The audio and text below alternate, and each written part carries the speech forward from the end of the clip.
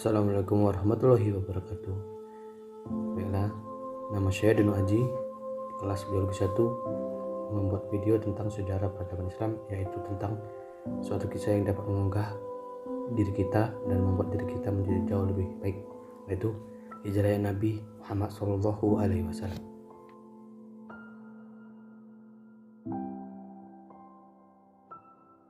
Baiklah, sebelum kita memulai pembicaraan ini, baik kita akan melakukan pendahuluan dahulu, yaitu kata hijrah berarti pemutusan hubungan.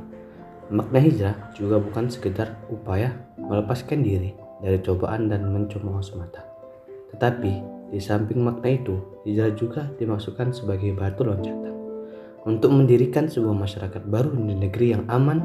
Juga memiliki makna penegasan mengenai posisi Muhammad dan pengikutnya,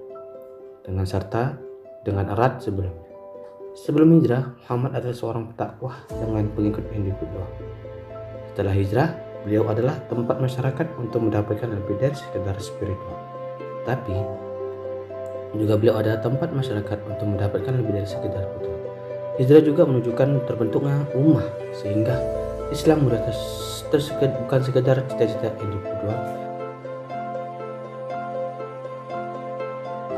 Kemudian latar belakang hijrah Nabi diawali dengan peristiwa perjanjian Aqabah.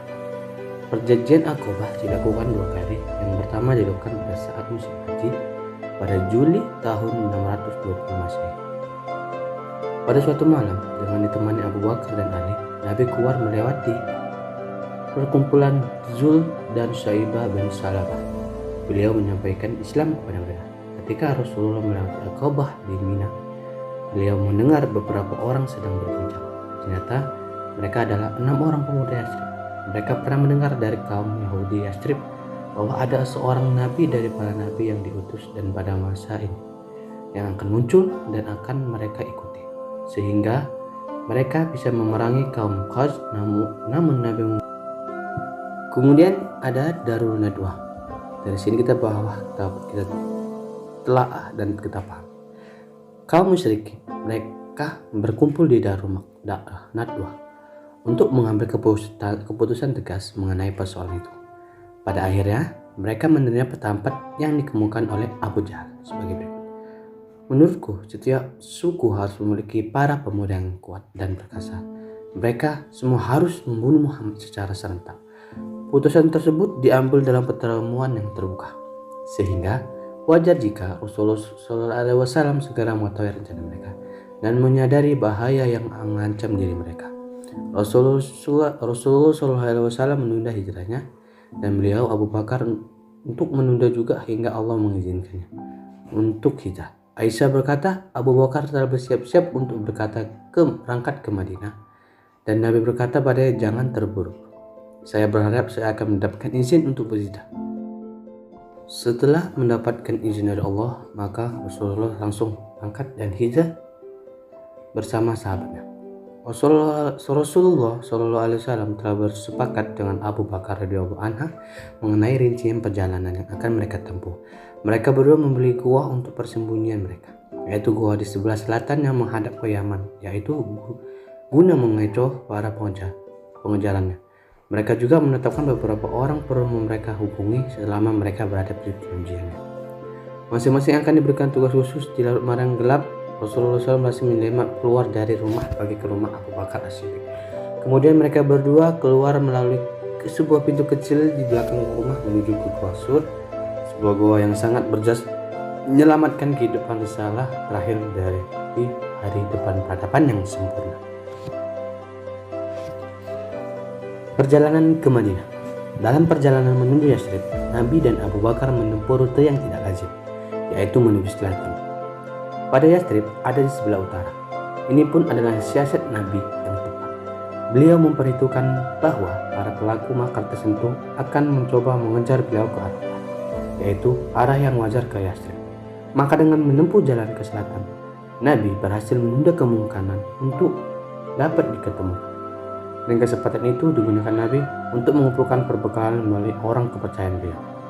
Mereka berdua membeli gua untuk persembunyian mereka, yaitu Gua Sur. Setelah 3 hari dan 3 malam, Rasulullah SAW bersama Bakar menjuni dalam gua. Mereka berdua berniat melanjutkan perjalanan yang berat itu karena kaum yang sangat mereka cintai.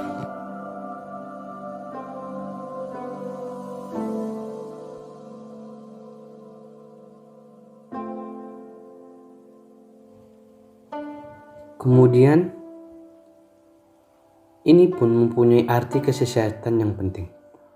Tetapi karena perjalanan menjadi lebih panjang dan lama, Nabi terlambat sampai di Yathrib dari dugaan semula orang banyak, sehingga menertibkan kekhawatiran orang banyak.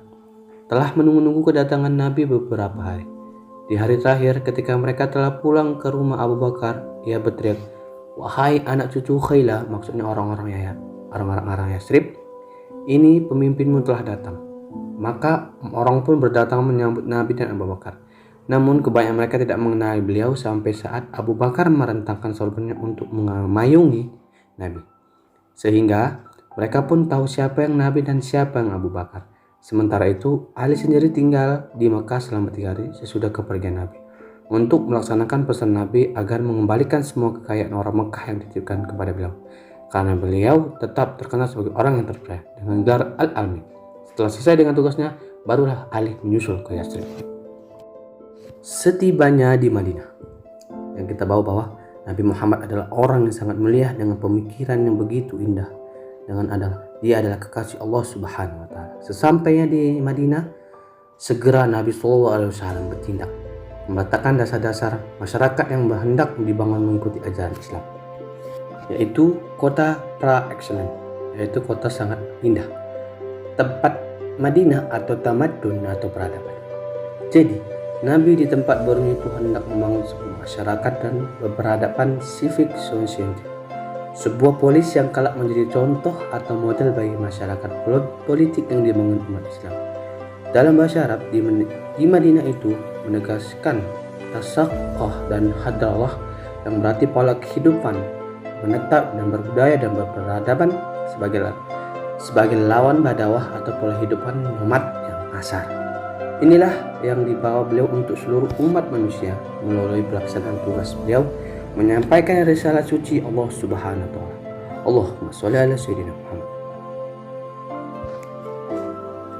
Rasulullah dan sahabatnya menyelesaikan perjalanan ke Madinah selama 8 hari dan sampai di sana pada tanggal 12 Rabiul Awal tahun ke-14 yang bertepatan dengan 26 Juni 622 Masehi.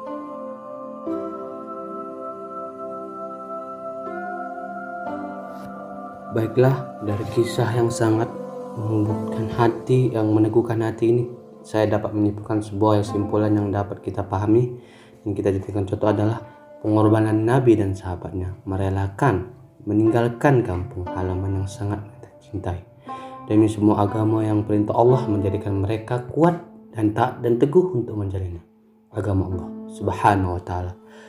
Hal ini dapat kita contoh sebagai sebuah dorongan untuk kita semua untuk selalu menjalani hidup kita di dunia ini dengan penuh keikhlasan yang penuh. Dengan kesimpulan ini, saya mengakhiri sebuah presentasi atau sebuah hal yang dapat menjadikan dorongan diri kita. Mudah-mudahan apa yang saya buat ini dapat bermanfaat bagi seluruh kita, dan saya akan selalu bersalawat kepada Nabi Muhammad SAW. Sekian dari saya. Wassalamualaikum warahmatullahi wabarakatuh.